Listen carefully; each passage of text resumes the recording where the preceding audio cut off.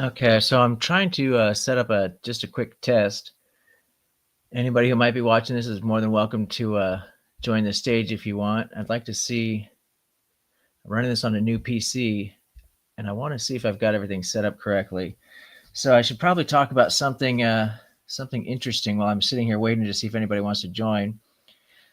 Christians think they have a hold on morality, objective morality in particular. The problem with that claim is that the Christian morality is not objective, and they don't have a hold on anything, frankly. What they've got is it's called divine command theory. Now, God tells them what to do, and so they consider that to be good because everything God says is good. Some Christians say that God is the basis for morality. That's another wild claim, to say the least. The definition of subjective and objective. So, subjective would be stance dependent. Some people say it's mind dependent, and objective would be the opposite, stance independent or independent of any mind. And we know clearly that God has a mind. So God has a position, God has an opinion, God sets laws, God sets rules. These are all God's stance, right? Let's see if I can get some references. Oh, hell, there you go. Yeah, do you need, hey, Bionic, it's always good to see you. Do you feel like trying to jump into the stream here real quick? Let me see if I can get you to join this. Oh, I have to put a link in, don't I? That's my fault. Let me put this link in here. I guess that would help. I'm going to put a link.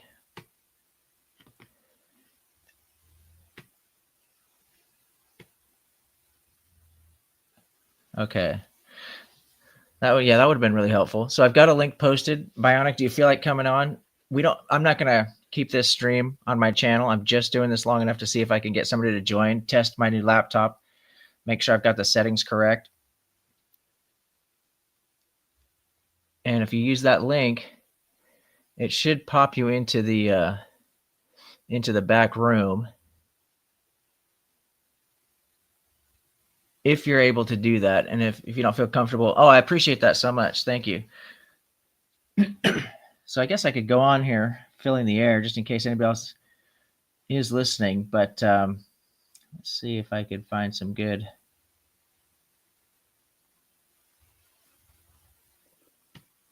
Let me shrink this down just a little bit.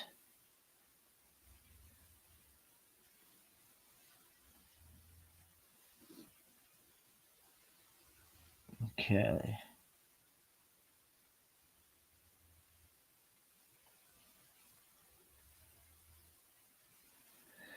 So for good verses, I think to look for the fact that God does have a stance or a mind, you could look at something like Psalms 139:17, Isaiah 56:8-9, 1 Corinthians 2:16, Romans 11:34.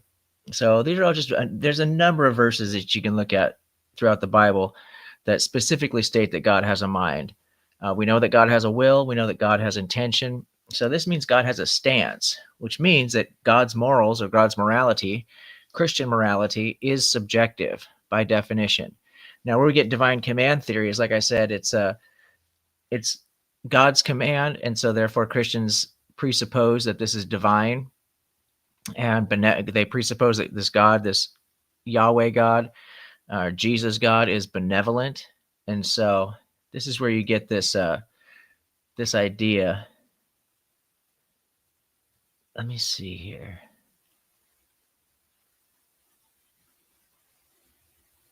Yeah, Bionic, just let me know whenever you're ready to jump in here. This is where we get the idea for divine command theory. In fact, I think it was Plato who came up with the Euthyphro dilemma, right? Is God commanding things because God is good, or are things that God commands good because God commanded them? And this is something that Christians have to wrestle with. Then you have to think, well, if morality is objective, does that mean that it was in existence prior to God or independent of God? because if it's God is the source of morality, then that's becomes circular to say that God is moral. If his actions are moral because he's the source. Kind of like with knowledge, they say God is omnipotent. And then you say, well, does God know he knows all things? And so it gets into this circular definition. Now, I do believe in objective morality, as most people do know. I'm a moral realist.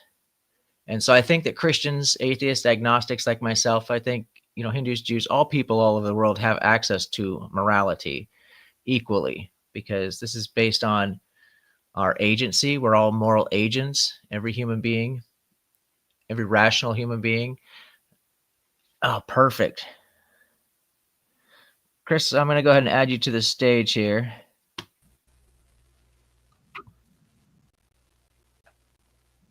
Hey, brother, can you hear me? I can hear you. Can you hear me? I can. You coming in loud and clear. Yeah, this is going to work out so much better. I don't know. Did you happen to see some of those test videos that I was trying to do? Yeah, I saw. I have two streams going at the same Yeah, time. they did not Hear go me now? very well. I was trying to do it on my notepad, and I Right. guess it just wasn't strong enough to handle it. Yeah, I noticed that. Yeah, I think I was one of the earliest people. Like you seem to have a lot going on, but I just couldn't hear anything, and that was me saying, "Is that You, better?" Yeah, yeah. bro, you saved my ass on that. If it wasn't for the fact that you spoke up and you left that comment, I probably would have gone on for who knows, 45 minutes, and I just would have been talking to myself. That was so Gotcha. funny. Yeah, I owe you a big gratitude for that. That was Oh, hilarious. anytime, brother, man. Anytime. Yeah, because I think you and I had crossed path a couple of times, like on Abe's thing. Um, and I remember, just because you seem like a friendly face. So then when you said, "Oh, subscribe to my channel and I'll come check me out," I subscribed and I was just waiting. And then one day I got a notification that said that you had gone live, and I jumped on and you were talking, and I didn't hear nothing, so I was here to help out. That was hilarious. I should learn sign language. All right. No, I've been around the internet quite a bit, so I had some really bad medical problems that just kind of came out of nowhere, and so I was stuck on my couch for most of 2 years almost, and so I got way too far into YouTube, Gotcha. and I started getting into all the channels, and being an agnostic, obviously follow a lot of the skeptics and some of the well-known ones, and then also because I like to have polite conversations, respectful Mhm. conversations from people who have disagreements. In fact, that's really what I wanted to do with this channel, was try to foster more of that, Right, because right. I'm not really out to deconvert people. Now, I Mhm. do see harmful aspects of religion, but I tend to view religion the same way I view things like guns. You know what they say, guns don't kill people, people kill people, kind of thing, and I think Yeah. religion is kind of the same way. Just because somebody's religious does not inherently mean they're a bad person. Right, right, right. Of course. Yeah. And I think, we can actually credit a lot of good things to religion. I think there's a lot of great poetry. There's a lot of great wisdom literature. There's Mhm. there's things like that, and we know that. I think it's something like, I haven't looked in the study in a long time, but I think it's something like over 85% of charitable organizations are affiliated with some kind of religious group. So Mhm. there's a lot to be said, for on the positive side of things. Yeah, yeah, yeah. I mean, just kind of a quick intro. Like I'm an atheist, but of course I'm sympathetic. Well, not let me not say sympathetic because that sometimes sounds condescending. But I'm 100%. Some of my closest friends, some people I respect deeply, are religious. And my position has always been like coexist. And, what I've always said is like religion can be a fantastic thing as long as it's kind of applied where it's appropriate. And I've always made the argument like your faith and your theological views, or your kind of your spiritual self, if there is such a thing, embrace that that's part of your holistic being. But when you start talking about how we as a society, as a collective, should do our math and our science, and how we should kind of interact with each other, I just think there's limitations to that kind of theological view. It's because you can't generalize it. But on the other side of the coin, I think secularism and humanism has its time and a place. But as you kind of mentioned, when it comes to the more esoteric things like charity, or hope when times seem dire, or just kind of better understanding our place in the world. I think, breaking everything down to math and chemistry has its limitations. So the way I always take it, it's like, candy and, Snickers and broccoli. But there's a place for both as long as you're not replacing one for the other. So that, again, just so you understand where I'm coming from, I coexist, but I feel strongly that if everyone stays in their lane, then we're all good. I hope that makes sense. Oh, brother, absolutely. I'm picking up what you're putting down. In fact, I think Yeah. what you just shared is so important, and the way you articulated it was absolutely perfect. So I'm going to clip this video eventually. We'll have our conversation, and I'll set it to my channel, and I'll set it to private, and then I might try some editing stuff to cut out some of the beginning stuff, because I need to start learning how to do more of this software. Right. And then I might put this back up, because what you just said, first of all, I couldn't agree more. Absolutely 100% picking up what you're putting down. And you said it really well. I think I'd like to follow up just a couple things. One, I have a question for you, but before I do that, I want to just touch on what you said there, because it was really well put. I think that the concept of coexisting and staying in your lane is perfect, but you mentioned something really important about hope. Mm-hmm. And one of the reasons that I do not try to deconvert people, now I am willing to have conversations, and I am an honest person, and I try to be direct, because that's how I prefer people to deal with me. I'd rather have somebody tell me at least what they feel is the truth, to the best of their ability, and not worry about hurting my feelings per se, because I'd rather hear it, straight. And so I do speak fairly directly to people, but and I do try to give the truth as best as possible with humility, because I know obviously I could be wrong about anything. But the hope concept, so I had a tough childhood. I grew up on the streets. I was doing all kinds of shady stuff. Mm-hmm. And I had to turn my life around at one point. Sitting in a jail cell is really gives you a lot of time to think. It's a good way to get your attention. Mm-hmm. And so I had to go through like drug and alcohol rehab, and put in my time with community service, pay court fines, all this stuff. And so I'm dealing with a lot of people who are going through the same type of thing. And I know so many people who overcame drugs and alcohol, for example, and they credit their religion. And that's a really important aspect for them. I also happen to know firsthand knowledge of people who have had terrible, terrible tragedies.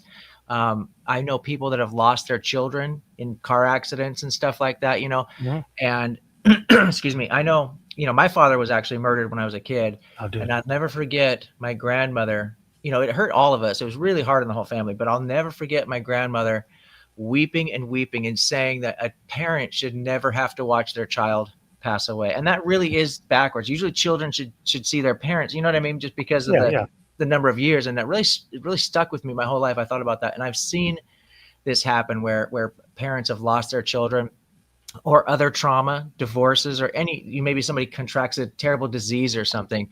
Right. We could think of a number of examples, and they credit their faith as way to get through that, And there's another aspect to it, a third aspect, where religion, and I don't mean this to be condescending, but studies have shown there's something that's called RTS, for religious trauma syndrome. Mm-hmm. And it's because religion tends to have the same exact effect on people that cults have on people. Right. And when people leave a religion, it can be very traumatic for them, emotionally, mentally.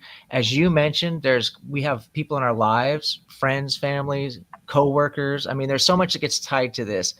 And then you have the indoctrination aspect of it. So for all these reasons, I feel it's very irresponsible. And I'm not talking about other people. People can do whatever they want. Sure. And I know the internet is all about getting those clicks and stuff.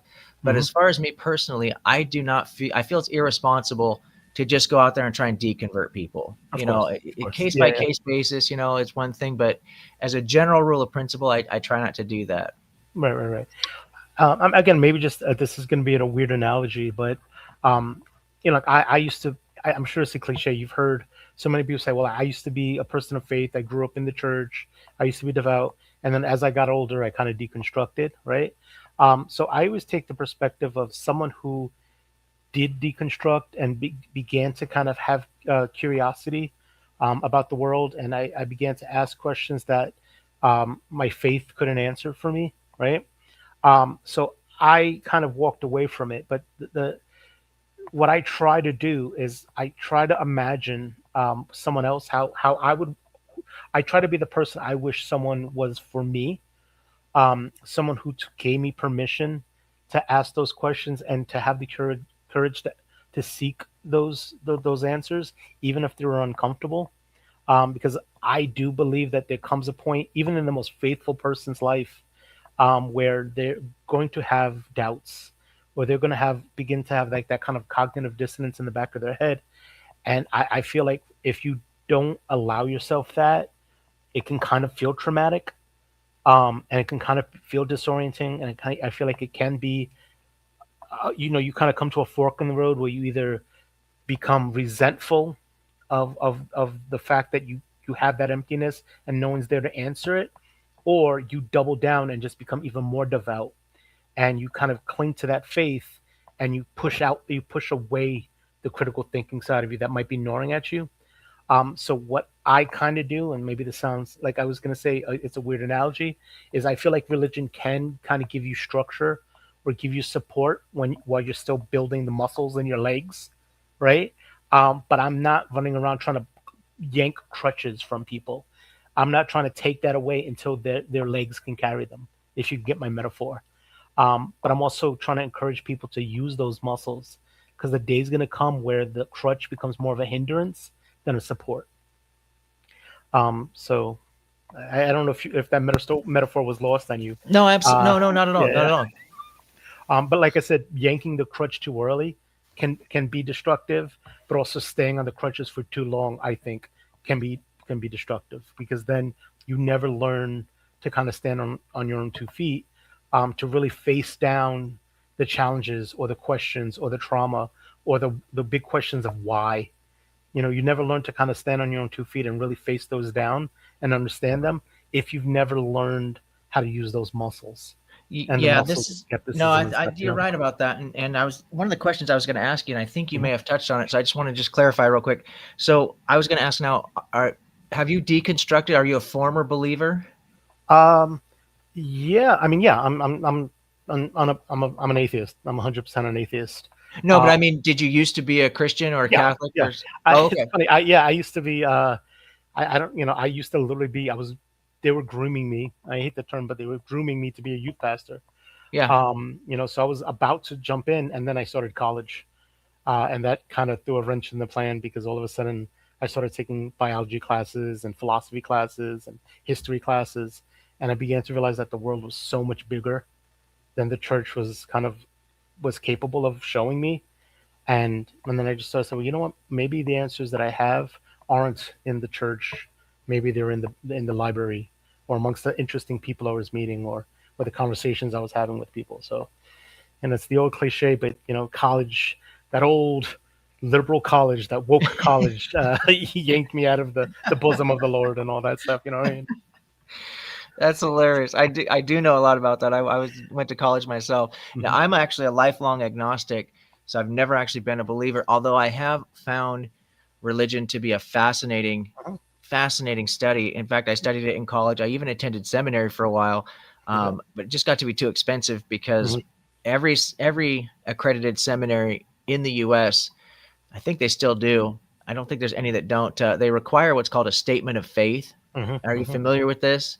I'm familiar. I mean, I've heard of it. You basically say you start with the presumption that the Bible is literal, Yep. Yep, and that all that, exactly. all that. Yeah, It yeah. depends on which seminary. There's Hmm. different types. So I went to a dispensationalist down in Southern California seminary, Hmm. Bible college, but there's all kinds of, you could do a Baptist seminary. I mean, there's just whatever, depending on whatever they're Trinitarian, Unitarian, but Yeah. whatever their starting point is, you sign basically a contract. It's a written agreement that says you will not publish anything against these, whatever their core values are, and you will affirm whatever their core values are. And it's exactly like you said, you're starting with the assumption Hmm. and you're agreeing to that. And it is an extremely disingenuous Right. practice. Right. So for me, I just wasn't going to participate in that. I value integrity too much Of and course. stuff. So I was able to audit classes, which is Hmm. where you have to pay 2 to 3 times more for each class, and then you don't get any credit towards any kind of degrees or anything like that. But at least you get the information.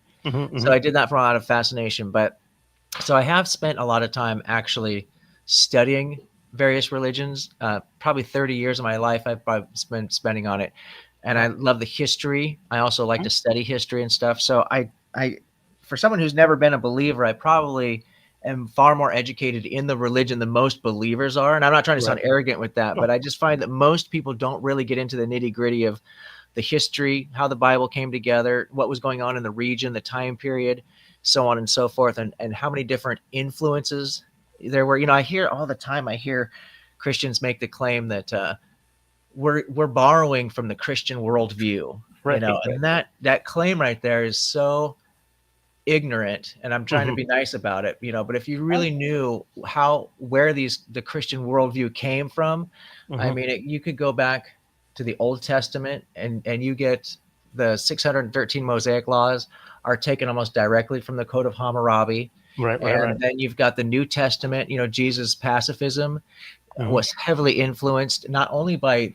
Greek philosophy, but also by Eastern religions, Buddhism Hmm. in particular. Hmm. The Silk Roads were fully developed by the time the first century when Mark was starting to write his gospel about Right. Jesus' narrative and stuff, and where we really get a lot of the core Christian values and stuff in the Hmm. gospel message. The Silk Roads was all the way Rome and Greece. They were really into trading for Yeah. silk, spices, ivory, or not just so many different things that came as a result of that. And when all those materials and that commerce was coming, philosophy, religion, ideas, this was all coming right along with it. Right. Right. Jade, all the different material things that they were trading for. So they were Hmm. exchanging these ideas, and you can see the development. Zoroastrianism had a Right. huge influence during the Persian period. So you just put all these pieces together, and you kind of see it. But when you're knee deep in the sauce, you Right. just not do not study the stuff, and you reject it right away because it's not what you're being taught at the church and stuff. Yeah. Yeah. But it is always fascinating to me to talk to people who have come out of the religion, because I have friends, you talk about the crutch being taken out from under you, and Right. I Right. have friends who have literally told me that they don't care what evidence comes out. There's nothing that could convince them that they are wrong about what they believe. There's nothing, when a person can admit that, at Right. least they can admit it. But to me, that's frightening. I couldn't imagine being wanting to willfully wear blinders and reject anything that doesn't affirm what I believe, because that just is so dangerous. Right. And that's what concerns me about people who use religion to overcome things like trauma or drugs and alcohol. Because what happens when like you said, what happens when you take that crutch away from them, and all of a sudden they go right back into it? Right. It's really frightening, because you can overcome all everything that you credit these people credit religion to. Hmm. You can do it without religion. I did it, and I know a lot of other people who weren't religious that did it. Right. And when you know that you've done it, and of course, obviously, I had friends, family, who supported me. Nobody does this on their own. Hmm. but Hmm. but when you really do put the work in, and you know that you have the strength inside of you, then you always are going to have that strength. You're always going to have access to that. But if you credit something else like a religious belief or a political affiliation or a social, anything Right. that's Right. outside of yourself, if that crumbles or cracks a little bit, you're so susceptible to just falling right back into where you were. Yeah. Yeah. I mean, and I mean, we understand. I mean, if you've studied any, if you've taken a sociology 101 class, you know what I mean? You kind of understand the security of the group. You kind of understand the need for belonging, right? You understand the importance of identity.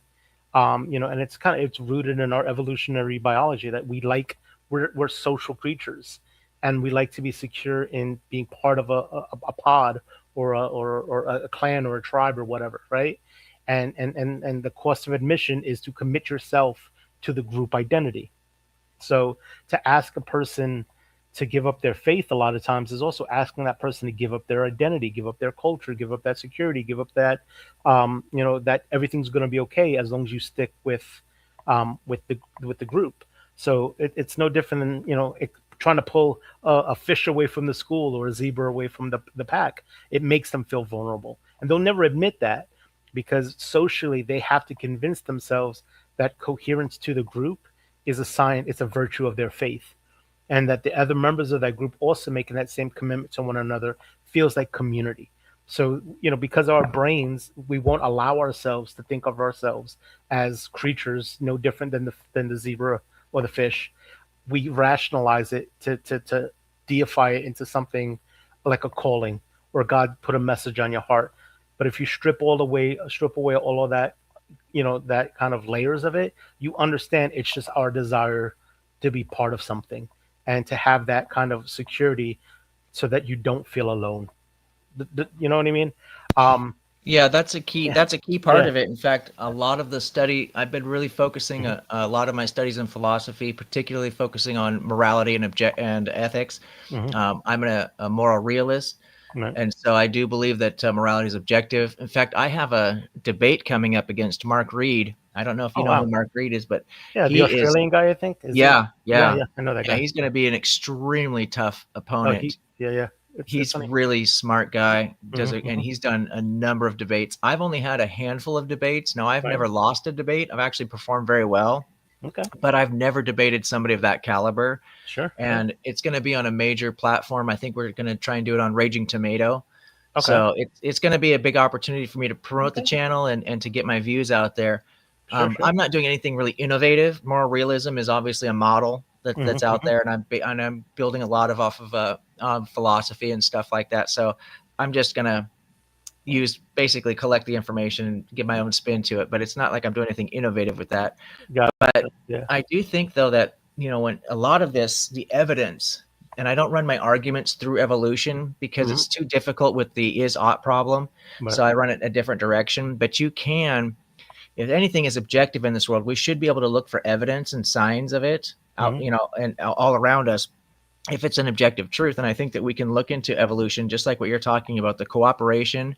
hmm. Carl Sagan once said, few together can accomplish so much more than a large group of individuals can. Right. And it's true. If you got just two or three people together, they Hmm. could technically do more than 100 or 300 or 1,000 individual people, because once you start working together, you know what I mean? Then that's how I think the reason that we're even here today is because the cooperation among the Homo erectus was so Hmm. much better than the Neanderthal, Right. and so I think there's just a lot of pieces of evidence that we can use. That cooperation is huge.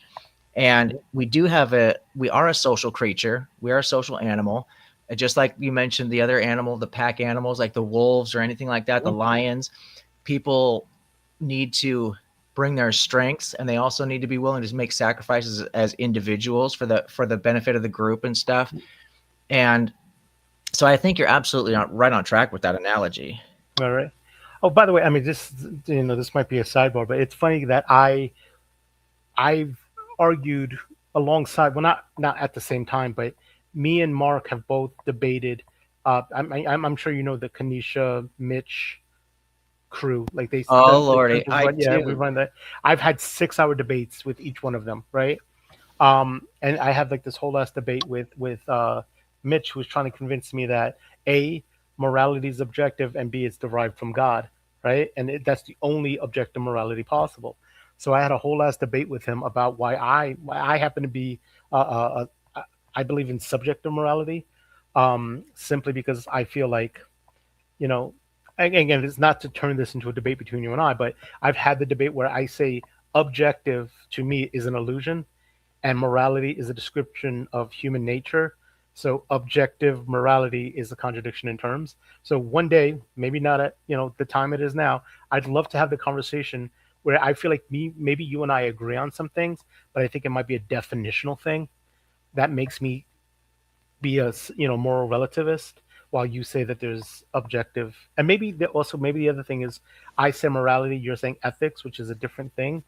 So maybe there's something there too. Yeah, no, I do. I Yeah, yeah. actually do. I do put them together. I used to Right. separate them because I felt like it was a little easier when I had conversations with people. And I do run into this a lot, where it ends up being that once we really flesh out our ideas, Hmm. we're talking a lot the same language. We're just the definitions and how we're kind of Right. parsing things out tends to be where the differences are, and that's Hmm. perfectly fine. Like I have a kind of an ongoing debate going with Brooklyn Lou, and he's kind of Totally with him too. Yeah. and he's kind of conceded to the point to where he now believes it can be both objective and subjective. Hmm. Like there's some things that are objective, but we have our own subjective morality and stuff. And I'm not sure. I'm not trying to. We're not having like a formal debate, and I Right, really right, like right. Brooklyn Lou a lot. So it's just a fun conversation. I'm more than willing to have those conversations with anybody. It's Hmm. something that I'm really interested in. I've been studying it a lot, and I Hmm. think there are some really interesting arguments to be made both ways. In fact, tomorrow, which is really today at this point, I was really just planning on just testing this out and then going to Okay. bed. Sure. I'm supposed to be on Skeptic Philosophy's channel to Okay. talk about this very topic actually, Okay. and but I don't want to give out too much before my debate with Mark, Absolutely. so Not, I'll no, be no, no. talking to him. But I do Yeah, want to yeah. keep some stuff close to the vest. Hmm. But when it comes to that, no, I think there can be more common ground than a lot of people realize. But once you start parsing out the terms, like what do we really mean by objective or morality, or Hmm. how do we parse this all out? And I think we can find a lot of agreement on that. The number one thing, like I tell Lou, is this is a really fun thought experiment, and if you're into philosophy, it's a great conversation. I really enjoy it. But as long as we understand that our behavior is important, and we need to be accountable to other people as well as Hmm. to ourselves, how whether we call it objective or subjective doesn't mean anything. You know what I mean? It's just, like I said, it's a fun conversation to have, Hmm. but at the end of the day, it's how are we treating people? Are we Right, holding right, ourselves right. accountable? And you mentioned the Kanisha group. That's really interesting because I saw Mark Reed had a discussion, two discussions with her. Hmm. Oh, it's been a couple weeks now, and I had reached out to her to see if she wanted to have a conversation about morality. And Hmm. she said, yeah. And so I just happened to see that she was doing a live stream. And so I thought I'd just pop in real quick. She was talking about evolution. And so we ended up talking about that. Her and I had a conversation for about an hour or so. It was very pleasant. I tend to be very non combative, and I didn't push back real hard. I just kind of, we just talked about some things and stuff. And I said, we're supposed to have a conversation about a morality, objective morality coming up at some point. And she says, yeah, that's going to be great. And I've always referred to it as a polite conversation. And I've had exchanged a few emails with her. Everything has always been framed as a polite conversation. So we were scheduled to have this polite conversation about objective morality, I think about a week or 2 weeks ago. And she sent me a thumbnail, a link that she had created a couple days ahead of time so I could start sharing with people.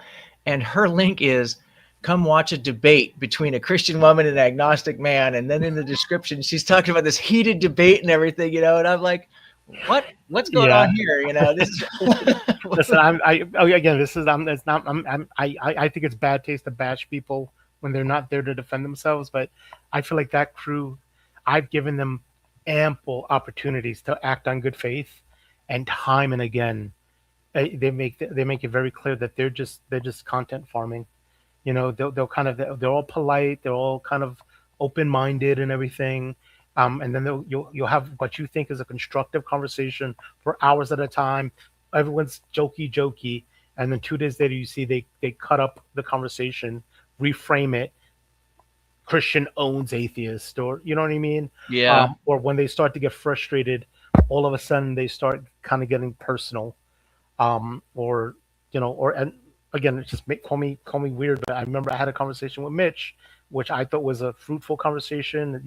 We had a back and forth. The very next day, Mitch and Kanisha were on her stream, gossiping like two schoolgirls, giggling and making fun of me.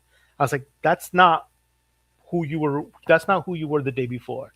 And then when I called them out on it, and I said, that you took what I said out of context, or that we were very clear about what I was saying. Why are you acting confused now?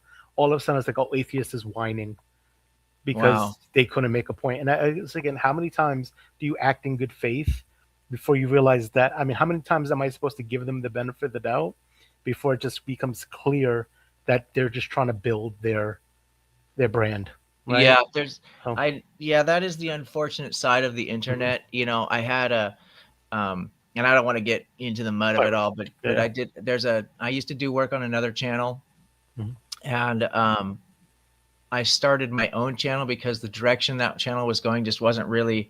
I Right. enjoyed working with them, and I still think they're good human beings, Mhm. but I had said something on Brooklyn Lou's channel. I was actually talking very nicely about these people, but I misrepresented or misunderstood their position on this non-dualism thing, and I had I was on Lou's channel for like 4 hours or something like that. We were having a great conversation and stuff.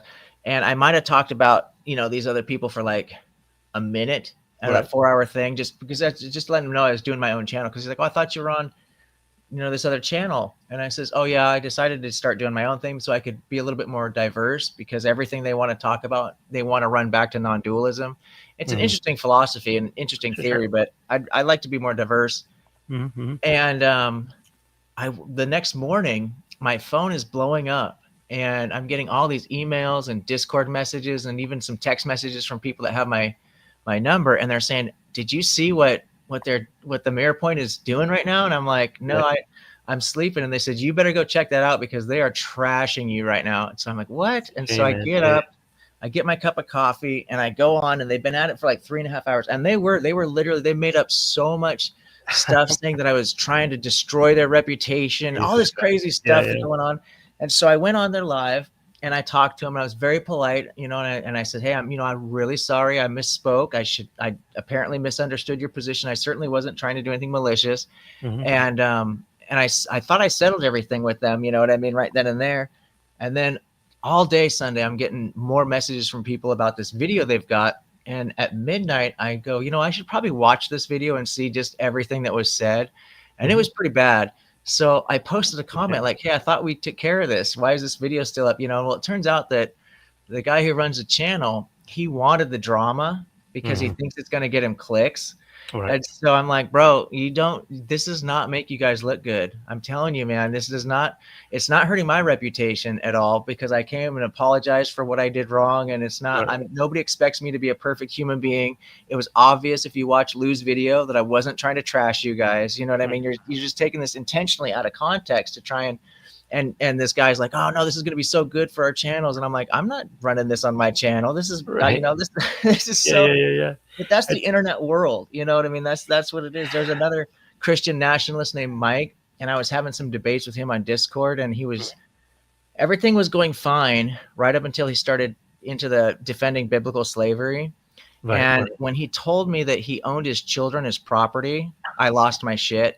And I'm Right. usually a pretty cool guy. I'm pretty chill. And if I don't agree with someone, if I can't be nice, I'll just discontinue the conversation. But I was pissed, bro. I have to admit that Mm-hmm. set me off. And so he was posting a bunch of videos about me and stuff. It just insane what people will do, and it's Yeah. part of Yeah. the internet business. Yeah. Yeah. Unfortunately, I mean, again, I'm not really interested. I mean, I've dabbled in starting my own channel. I've dabbled, but to be perfectly honest, I don't feel like I'm inspired enough to like go take the time to do all that stuff. But I am interested in, jumping on and being a face. You know what I mean? So I'm gonna, probably watch a couple of your debates if you don't mind. I'll just, kind of see what you're about, and if there's ever a time when you want to just see if I'm around and I jump on and we can have conversations like that, I'm willing to do. I'm willing to be a guest on other people's, channels and kind of bounce ideas around in the old tradition of like the European cafe where people just get together Yeah, yeah, and throw yeah. ideas around. But I've given up on that kind of, all right, let me build my brand, let me get my own logo, let me do all that stuff. Not that I judge anybody who does. I just lack I'm too lazy for that, right? No, I I feel you. I mean, I had so many people asking me if I had my own channel, because I've been doing this for a while now, and I said, mhm, "No, I just don't have the time. all right, I'm a businessman. I'm an entrepreneur and stuff, and I've built businesses up and sold them and stuff. So if I did a all right, YouTube channel, I was like, I would do it. I'd run it like a business. mhm, I'd mhm, I'd be serious about it. And so I have a real job. right, right, I make real money. I can't mhm, justify stopping what I'm doing to try and be a YouTuber. That just seems incredibly irresponsible. right, The right, only reason I ended up capitulating and deciding to do my own channel is literally just so, like, maybe once a week I mhm, could get on and hopefully have people like yourself and other people come onto the channel and just have discussions about mhm, things, and maybe post a couple of videos and stuff about debates or whatever. But really, it's just intended to be something very casual. I have mhm, no intention of, I just, ironically, I just started this channel about a little more than a week ago. mhm. And a couple days afterwards, I decided to take a promotion at work. And Wow, so now I have even less time than I had before. I've got gotcha. a consulting gig for a restaurant bar startup Oh, cool. that's supposed to start next year, but we're going to get some groundwork done with permits. And I just got so many irons in the fire making actual money that it would be really irresponsible for me to try and focus too much on this YouTube thing. But I do want to try and put enough work in at the beginning to figure out how to do like some graphic overlays and kind of sharpen things up a little bit. You know, I'm obviously just figuring out the tech stuff right now. So, but ultimately my goal is to just do like what we're doing now, just get some people together and have polite conversations and just kind of try and get some good information out there, because there's so much antagonism, so much blood sport going on, especially in these arenas.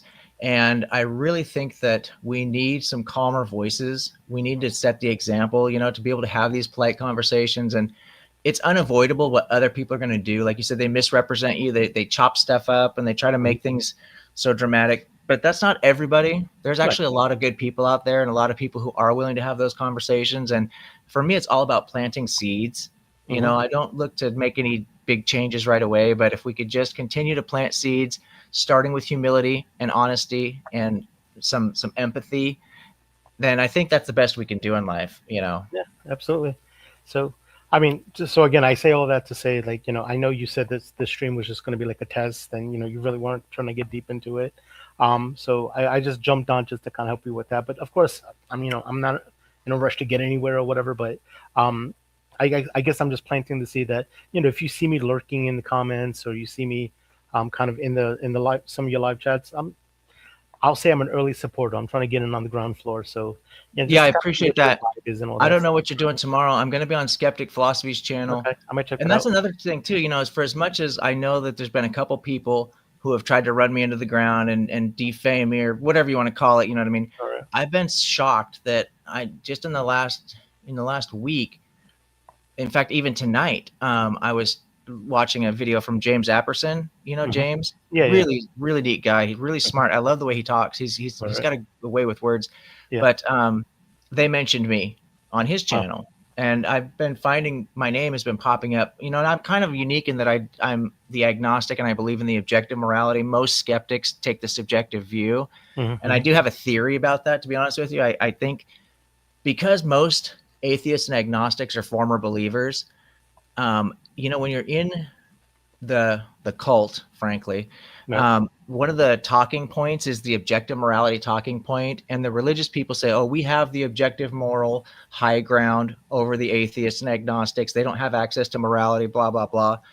And then when you leave that cult, you know, what I see is there's a lot of knee-jerk reaction. And I'm not trying to be disrespectful to people, but I just see it as just a defense mechanism that's perfectly understandable because of the RTS, you know, because of that religious trauma syndrome, that I think a lot of atheists and agnostics are saying, okay, we'll take the subjective moral view because we can all say that we know slavery is wrong. For example, you know what I mean? In your objective morality with God and everything, he takes slaves and he rapes David's wives and all the blah, blah, blah.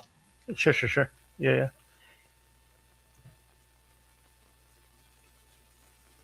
Did I lose you? I don't know. I can't hear anything. Did we lose it? Let me see something. Oh, did you catch that? No, I think you cut out. Like you said, the rape of David's wives, and then I didn't hear anything. Okay, yeah. I just think it's kind of a knee-jerk reaction because I think that most atheists and agnostics are studying things like biology and cosmology and things of this nature, maybe some history and stuff, but they're not as much getting into the philosophy, which is why Christians can run tag and the Kalam argument and stuff, because a lot of atheists don't see the logical fallacies and stuff. Because if you look at philosophy itself, especially modern philosophy, almost 80% of modern philosophers are agnostic or atheist. And the majority of them believe that morality is objective. So the people who really study this, the atheists and agnostics that really study this, actually side with are on the objective side. And yet I would say 90% or 99% of the people I interact with online that are atheists and agnostics all think that morality is subjective. And I'm not saying they're ignorant, because they're not. They just don't study this particular topic very deeply, I don't think. Because it seems kind of strange that the educated people would say the opposite. You know what I mean? Right. I mean, I know you're gonna have the conversation with Mark soon, and you want to keep things Yeah, yeah. the best, but just in my view of it, it's just for me, it's just a definitional thing. When you say objective, objective implies a certain amount of purity, right? And then once you find a crack, because objective, from my view, requires purity. Once you realize there's an impurity in it, you can no longer call it objective.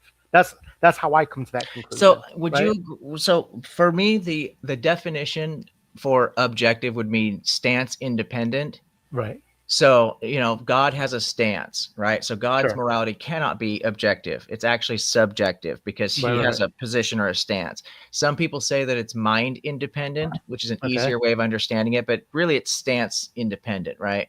Right. So it's not based on people's opinions, it's not based on people's emotions. Right. So what we look to then was we look to the natural law. Okay. And I'm not going to run an argument. We're not even having a debate right Yeah. now, Yeah. but I, Yeah. I Yeah. wouldn't run a debate through evolution, but we can actually look through human flourishing Hmm. and run this argument this way if we wanted to deal with the is-ought problem. And we Hmm. know that cooperation is paramount to human flourishing. We know that human beings are a social animal, and we can run the argument that way. The Gotcha. way that I tend to dismantle subjective morality is running my argument through logic. So subjective morality leads to logical contradictions, and based on the second law of logic, logical contradictions can't exist. They must be false. Right. So, for example, the slave owner, let's use slavery is always an easy one, right? The Sure. slave owner values his own freedom and well-being. Hmm. So he cannot consistently say that it's morally good to take freedom and well-being away from another person because you get a logical contradiction there. You But see what I'm saying? unless, and I know, maybe I'll wait for after your debate with Mark, just to kind of see, because I don't want you to, pardon the French, blow your load with me on Yeah, the yeah. No, no. testimony. I've You know had what I this mean? debate before Yeah, with yeah. an atheist, so I'm Uh, actually just giving you my older yeah, talking yeah, points. yeah. I've got a stronger argument that I'm gonna keep Right, right, right. Yeah, yeah. hidden, but yeah. But I guess maybe a kind of a preview is I would imagine Mark will probably say something similar to what I might say, where you say things. But when you talk about ethics or human behavior, when you talk about anything that is the human condition, by its nature, it has to be subjective. Because even when you say the stance, that stance, even if you say it's outside of emotion, it's outside of something, it still has to stand on something, and it's still a construct of the human imagination or the human condition or the human experience, right? I think Mhm. an objective morality would be something that would exist even if humans didn't exist. And without humanity, you really don't have morality. It's not And like that's animals have morality. You know what I mean? right. And see, and that's where I think that the definition is important because Fair. objective being stance dependent. Hmm. So animals don't have a stance, right? Right. So morality only applies to human behavior because Right. we are moral agents. Hmm. And so once we isolate, because you're right, because some people do say, well, if it's objective, then it must exist without humans, but it doesn't actually, it only applies to the human condition, but it's not subjective in the sense that humans determine by a human opinion or a human emotion. So it is just like feathers are objective, right? It's an objective biological trait because biology is a natural law that's objective. It doesn't depend, it's not based on anyone's opinion or emotions of which animals get feathers, Right. but it only applies to a specific group of animals that will have feathers. Does that may be a tough analogy to? But even that, even our definition of feathers again is a construct. It's again not to get super Yeah, esoteric yeah, no, about it, you're but right. It is yeah, everything ultimately, depending on how deep you want to go with that right, argument, everything in the world is then subjective. Even the existence of the sun right, would be subjective. There's nothing objective. If right. you really wanted, if I wanted to press that argument, then I would say, well, then there's nothing as objective at that And I point actually because and I actually everything. make that. Ironically, I'm actually one of those people who say that there is no subject with. And in order for us to analyze or perceive or evaluate or categorize, we have to observe it and construct it. So it's almost like Schoenberg's principle, right? Once it's observed, it loses its purity. And that's why I actually don't believe in true objective truth, for example. Like, don't get me wrong. In a faraway galaxy that I will never know, never see, that no one will ever know, there's an event that's happening. independent of our knowledge over anything, right? But the second we know it happens and we can categorize it and Uh-huh. we can add a language to it and we can say it's an explosion, it's an implosion, it is what it is. Once we do that, we've corrupted the purity of that objective truth. Yeah, no, this gets into a It really gets really interesting esoteric, angle I know. because Yeah. it has to do with what we call the observation effect. So you Hmm. get the Newman principle or Right. the Schrodinger principle, Right. right? So it's the act of observation, Hmm. but that really is outside of the definition of objective and subjective, unless we decide we want to open up the floodgates on what we're really getting to with objective and subjective. Sure. But this would, in the discussion of morality and ethics, this would be considered a straw man in a sense, because you're moving the goalpost to another categorical. Now they're saying, can we even have an objective anything or a subjective anything? That's really a whole nother Fair. conversation. Right. Right. And Yeah. I'm not saying I'm not throwing shade on you or anything like No, that, no, but it no. really is I a mean, whole. but that's also, it's, iron sharpens iron. So if you can show a shortcoming or a misdirection in my argument, I have by necessity have to make my argument stronger. Thus, I benefit from that. So I would never reject or resist your your observation about the weakness in my argument. So have at it, bro. Like, it makes Yeah, me no, I respect yeah, that very much. I'm the same way because I'd like yeah, to be. It's more important to me to be shown the truth than to be seen as being right. right, right. Even though I like to be, of course, we all want to be seen as smart and right and whatever. But at the end of the day, one of the biggest differences between skeptics and theists are the Mhm. fact that we were willing to, or are willing to, step back from the situation, take a look around at all the evidence as much as possible, and try to take in a more correct view. And I think that conversation about, is there anything truly objective or truly subjective, I think that is a fascinating conversation to have. Mhm. To me, it's not really, philosophy has been debating objective versus subjective morality for thousands of years, a couple Mhm. thousand years. It's well documented. It's one of those ongoing debates. And so to stay within that arena, Mhm. I think it's only reasonable to stay within the confines of what has been established as far as the definitions and terms. However, if we're just going to step back and take a bigger look at the big picture in general and just set morality aside altogether and just have that conversation about, what is really happening in reality, I think there's a lot of really fundamental questions that leads us to that we'll never get past, like the hard problem of consciousness or hard Mhm. solipsism. Ultimately we're going to bump up against something that we Yeah, yeah. just can't get through. Excuse me. But I do Mhm. think that those are fascinating conversations to have. It's interesting to see how deep we can get before we get to that, you know Yeah. what we have to Oh, just accept. but in my day-to-day life, I'm not that type of, I'm not as esoteric. I'm really more of a practical pragmatist. So if you ask me what my personal ethics happen to be, I'm very kind of, you know uh was the social contract, I'm very pragmatic. I'm Hmm. very kind of like, if you want, if I don't want to be a jerk, so I'm not gonna, I'm do unto others, all that kind of pro-social stuff. Like, oftentimes when I get in debates with Christians, they're like, well, if how can, without the Bible, what is your moral code? And I'm like, pro-social behavior, the societal good. And even if you can't, if even if you think that that's an imperfect definition, imperfect does not mean practical and useful, right? So day to day, if you meet Chris on the street, I'm not going to say, well, really, perception is an illusion and all that stuff. In reality, I'm pragmatic and I'm practical, and I say, well, whatever works, right?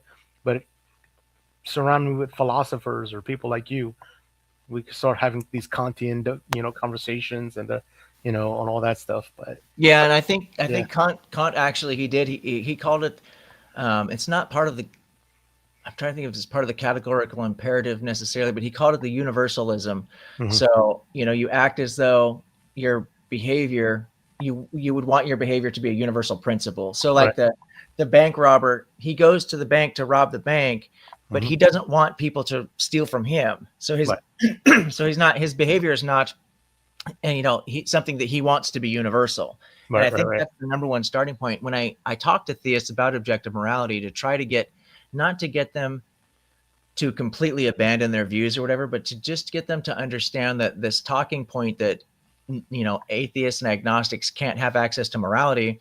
We all have the same starting point if morality is objective. Now, what I find, and so I had a conversation with a Christian nationalist. I don't know if you know who Gothics is, but she used to run with Charlie Kirk. Yeah, yeah, yeah, yeah, yeah. yeah, yeah. She ran with Charlie Kirk and Turning Point USA. So she ran Lou, poor Brooklyn Lou. She ran him over the coals on subjective morality and nihilism. And Lou's a friend of mine, and I thought, I'm gonna reach out to this lady and see if she wants to have that conversation with me, because and I'm not saying that this should be a motivation for people. I think they should be motivated to find the truth, not to have, the just because something's useful. If it's not true, we should abandon it. You know what I mean? And I believe that objective morality is true. However, I have noticed it's extremely useful when having these conversations with theists about morality, because they can't throw that "you have no morality" at me, because I have objective and a good argument for objective morality. And I can also demonstrate that their morality isn't objective. That by definition, it's actually divine command theory. Right. And so once I can get them to, what I like to try and do with theists and other people when I'm having these conversations, and when I'm trying to encourage with my channel, is to find what I call the lowest common denominator, to find out how far back can we go in agreement as that lowest point of agreement. And then we can, once we get to, so for example, with Gothics, we got down to where we could both agree that human beings have an inherent value as part of being a human being. It's just something we're born with. Now, she wanted to take the conversation, oh, well, where do we get that from? Who did we create it? And I said, that's a different conversation. That's where we're going to lose common ground, because I'm not going to make arguments for or against God. I'm an agnostic. I'm not even going to waste my time with that. But I says, what's really important for today's conversation is that you and I both agree that we both have access to objective morality. Now, if you think God gives us objective morality, that's fine. You can think that.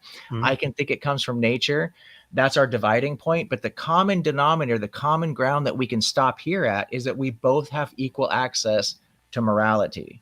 And you see what I'm saying? And so that gives us really, that's what I try to do with people, is get to that common ground, whatever the lowest common denominator is that we can share ground at, and then we can agree to disagree from there on out.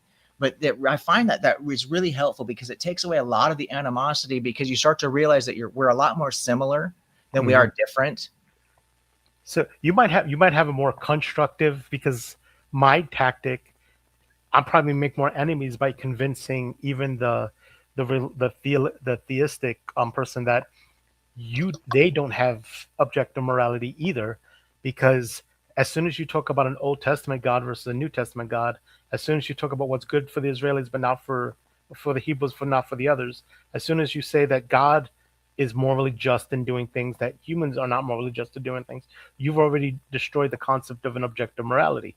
And I just revealed to them that your version of objective morality is from authority of God. So if God says it or God does it, by default, goes back to what you were saying, Euthyphro's dilemma.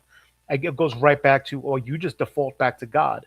And that's just like that's like the king saying, well, I know I'm 6 feet tall, so now we have to measure anything that's my height is 6 feet, and now you have to recalibrate the entire world to his height being 6 feet, even if he's 5'2", right?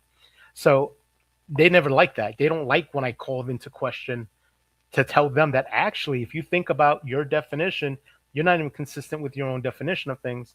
So maybe your approach is better, because I just make more enemies, because they feel embarrassed by the fact that they either have to deny what is very obvious, or they just run back to like, well, you need to open your heart to God or whatever.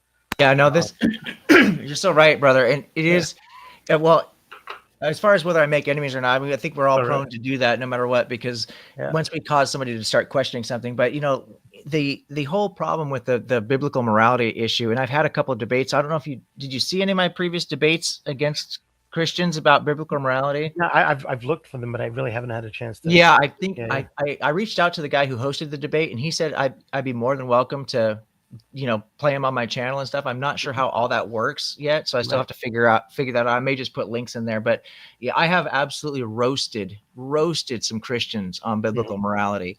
The last debate I had against a Christian nationalist, 100% of the people voted for me. I've never seen a landslide like that, and never seen it. And there were Christians. who were voting, and they still voted for me because I just smoked that guy so bad. But Gotcha. there's the arguments when you really study the Bible, and I do have the advantage of having a little bit of a formal education in these things, and Right, so I right. know really where to go to. But you've got the fact that when God gave the law, it's referenced in several places in the Old Testament that the law was permanent. It was Mhm. never meant to go away. And so you can cite those verses. You know, some of the examples would be like in Exodus, I think it's around chapter 12.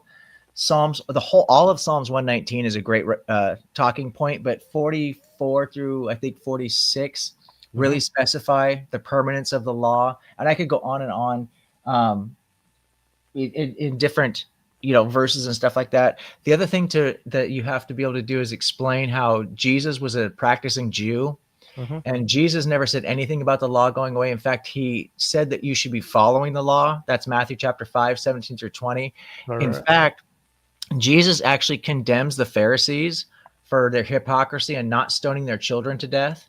Mhm. So people that like to say that Jesus was this pacifist, he literally condemned the Pharisees because their hypocrisy, because they weren't stoning Right. their disobedient children to death. Yeah. And that's part of the Levitical law. You know what I mean? So if you really break it down and you get as soon as they start bringing up Paul, bring up the contradiction Yeah, because yeah. Jesus says the law has not been abolished. Paul says the law has been abolished because of Jesus. So you just have to know how to approach those things to be able to take the rug out from under them, Right, because right. you're absolutely right. The Bible is horrifically immoral.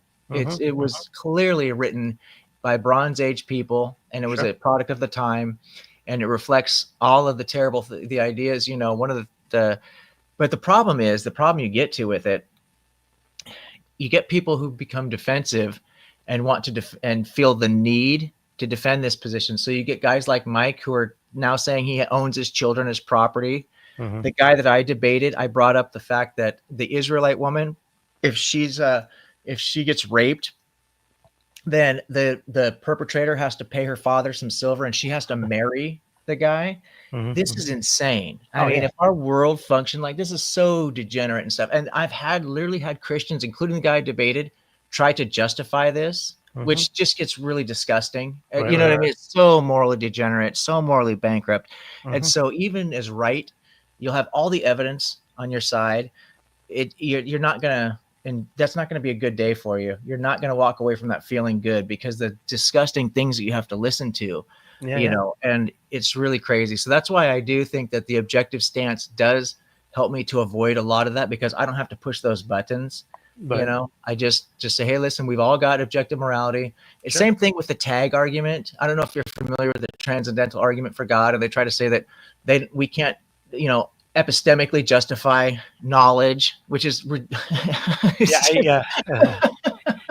I honestly believe that sometimes it becomes such an echo chamber that they don't realize how absurd, like how that doesn't play outside of their little circles, right? Um, and I really think it becomes an intellectual atrophy because they don't allow themselves.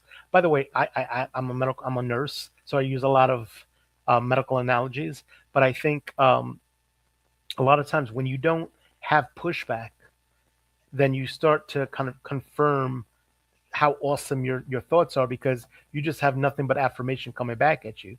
And I really do feel like you can tell when someone has been in the echo chamber for too long because they almost lose their ability to adapt to an audience that isn't already primed to agree with them. So things like the tag argument, things like the Kalam's argument, things like how evolution has been disproven by, because there's no, what was it, the Aladuck or whatever they call it. You know what I mean? If you stay in your echo chambers for too long, you don't realize how absurd your arguments are because there's been no one to tell you that don't make no sense, buddy. You know what I mean? So oh, you're absolutely right. I actually I think one of the first, if not the first, I might have done something about guns or something, but all I mhm. did for my channel just to try and test a couple things out. I did a couple shorts and they just blew up, over 1,000 views like Wow. overnight and stuff. And one of them that I did, I mentioned that the echo chamber concept. I don't know if you saw that short or not, but I'm it gonna have did. to start paying more because I haven't seen anything. Like I saw you had something about a river.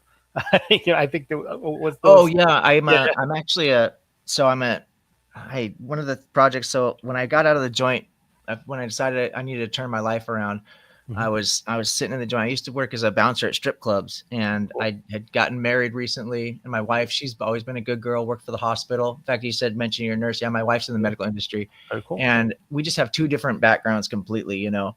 And I was doing time for a high-speed police chase.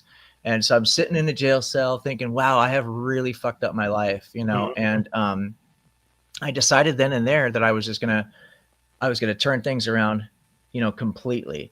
And so when I finally got out of the joint, I couldn't get a job because of my criminal history and stuff. I mean, I couldn't get a job pumping gas. I shit you Gotcha. not. I And believe you. so I started my own business. I started a janitorial company, and I made a lot of money. I did really, really well with that. Very cool. And it was very humbling cleaning people's toilets, you know, but I did it with pride, believe it or not. You know, I took a lot of pride. In fact, I named my business Meticulous Details Cleaners LLC, and I Very killed cool. it, bro. I did really well with that. So I sold the business, and now I decided I was going to do something that I was more passionate about. And, you know, I grew up in Southern California. I'm a river ocean guy. And so I had a lot of kayaking, surfing, stand-up paddleboarding, that whole thing. So I started building kayaks, you know, surfboards, stand-up paddleboards, that kind of thing. And I actually invented a new type of a hull, ended up getting 2 patents for it, and licensed by the U.S. Coast Guard to build boats. In fact, that's what's in my profile picture is my own invention. Yeah. Oh, really? Yeah. So Yeah, I ended up I was doing that looking for at a it, trying to while. make sense of it. Like, that's very unique, but that's your invention. That's very Yeah, cool. yeah. So that's what that video. I used to have a bunch. The only reason I even started this YouTube channel is when I was selling boats. I had a bunch of videos up with me doing boat stuff. But once I sold that business, then I took all those videos down because people kept asking me if they could buy boats from me, and I wasn't selling them Gotcha. anymore, and it was just a huge Yeah, nightmare. So that video is still up, just as kind of like a little nostalgia, because that was a whitewater slalom event that I did, and in my own, I only took 3rd place for that, but it was my first whitewater slalom event, and so even to place 3rd place was pretty impressive. But I was the only guy that rode his own invention down that river, you know. Cool, man. That's a good advertisement, man. That's cool. Absolutely. But yeah, if you go to my channel, I don't know how to post things to the homepage, but if you go to shorts, Okay. I've got a couple of video shorts up, and they, like I said, they just blew up. I couldn't believe, because I've got a bunch of friends on the internet, and they all have a lot of them have small channels, and a lot of them don't even have 2,000 views in 2 years of posting videos. And I did it overnight, you know. So I expect if I take this even remotely seriously, I think the channel will do pretty well. But like I said, I'm not trying to do this professionally. I've got other things, other irons in the fire that do pay money, and so I got to focus on that. But I do think that like what we're doing right now is really beneficial. And I'll take this video, I'll take it off live, and I'll try and use it for practice to maybe edit some stuff, because I think some of the things you said, more so than myself, honestly, I think the way that you articulated some things was really, really critical. And I think I'd like people to hear that. I think it'd be a great representation for what I'm trying to promote on my channel. And I'm so glad that you jumped in to share that.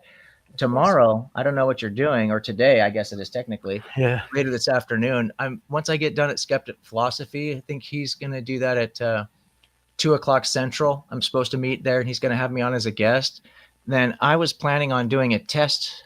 What I'm doing right now, I was actually planning on doing that tomorrow, and I've got a couple buddies who are thinking about showing up just to see if we can get something going. So at this point, now that I know it's working, I'd like to do another test where I have multiple people on, and just I'll see. say this. I have a Friendsgiving or Friendsmas, whatever you want to call it. So I have plans for tomorrow, but I was probably going to catch it on the reruns. But yeah, I was Okay, going to well then after the fact. we will do it though. I probably will target. I'm not sure at this point. Wednesdays, I'm trying to take Wednesdays, Saturdays, and Sundays off of work, because I'm also in the gym 6 days a week. Now that I'm finally healthy enough to start working out again, I'm so glad, man. That was a rough 2 years, brother. I'm telling you. But yeah, so I'm pretty busy, but I'm thinking Wednesdays, I'll probably do something, and then probably on the weekend, maybe either Saturday or Sunday, be on. I'll try and do it somewhat consistently so that people can. The problem is that I have so many friends doing stuff. I'm trying not to buck up against everybody else's schedule. And I'm finding that between the people like Lou and James who just randomly pop on, and then I've got people like Captive Desk and, you know, other guys that are regularly streaming and stuff. So I don't know if it's going to be probably unavoidable that I'll Yeah. be doing at the same time as some people, but I will be doing it pretty consistently once I figure out a schedule. So keep an eye out for it. Check out those shorts if you don't mind. Give them a thumbs Absolutely. up or a comment or something. I Yeah. always Yeah. appreciate the support. And if there's anything that I can do for you, give you a platform, if you want to do a debate or discussion with somebody, or you want to get on and, you know, I'd love to have you as a featured guest. I know we talked quite a bit tonight, and so some of it might be repetition, but I think that there's a lot we didn't get a chance to discuss. And I'd really Yeah. like to have you share some of these thoughts, because I can tell that you're very intelligent. You can articulate your ideas very well. Okay. And you definitely have that humility that I'm trying to promote and get out there, so that, I want atheists, agnostics, and theists to be able to see that there are people who are willing to have those discussions without being combative, and see if we can't promote some more of that. Absolutely. I'm all for it. So yeah, so I tend to be, I have social commitments and stuff like that, but whenever I see you around, and if I'm not doing anything, I kind of jump on. And I think, again, it's just more about like networking and, just gathering around. I'm nostalgic for that time where I can just sit down and nerd out with people. Because I love my friends and family, but when I sit down and try to talk about Rousseau with them, they're like, you know what I mean? So I don't have anyone to nerd out with. So it'd be great to kind of talk to you, talk to like-minded individuals. Yeah, I'd like to get into, Yeah. I'd like to be discussing free will as another topic that I'd like to be tackling. I really like the what you and I were talking about with, is there anything really objective, or is Right. everything, I mean, there's some of these deeper conversations, Mhm. philosophy, anything philosophy related, I'd like to discuss, and then any social issues, entertainment, stuff like that. And I do Okay. have debates coming up to Okay. promote and stuff like that. So yeah, it's a pretty open platform, which Okay. may or may not be good, because I'm trying to be so diverse, but I'm pretty open at this point until I get some feedback, if, and Mhm. see how things are going. But I think at this point, discussing some of the more intellectual things that Mhm. aren't getting as much airtime, I think would be a really good way to go. Yeah. And Yeah. so if you have any suggestions or anything you'd like to see, please let me know. I'm happy to look into it too. Yeah. I mean, I guess I know you're still trying to kind of shape your identity and all that stuff, but I definitely know that it seems like our community, or the community, seems to always be polarities. There's atheists versus fundamentalists. There's hard lefties versus hard righties, and you know what I mean. And I just think that there's so much interesting, meaty, beautiful conversations happening closer to the middle. And I think a lot of those people who feel like they don't fit on those polarities often feels like it's a monopoly of polarity, of kind of binaries.